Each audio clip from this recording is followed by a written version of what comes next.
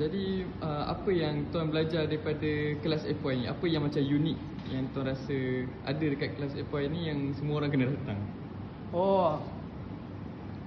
Banyak benda yang saya rasa yang menyebabkan ramai orang kena datang lah kalau nak belajar saham dan untuk trading.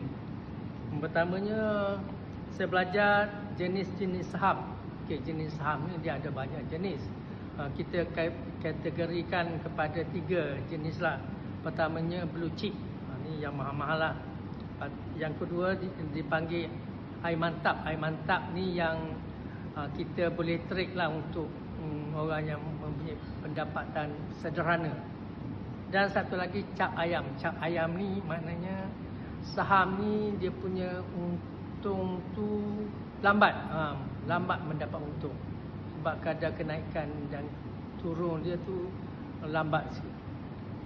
Lepas tu ada lagi yang saya belajar macam mendalam sikit lah pasal IPO. Dulu dengar je IPO kan, lepas tu dengar je saham. Cuma dalam seminar ni saya belajar macam mana nak membeli IPO dan macam mana IPO diagihkan dan macam mana possibility kita nak mendapat saham IPO ni.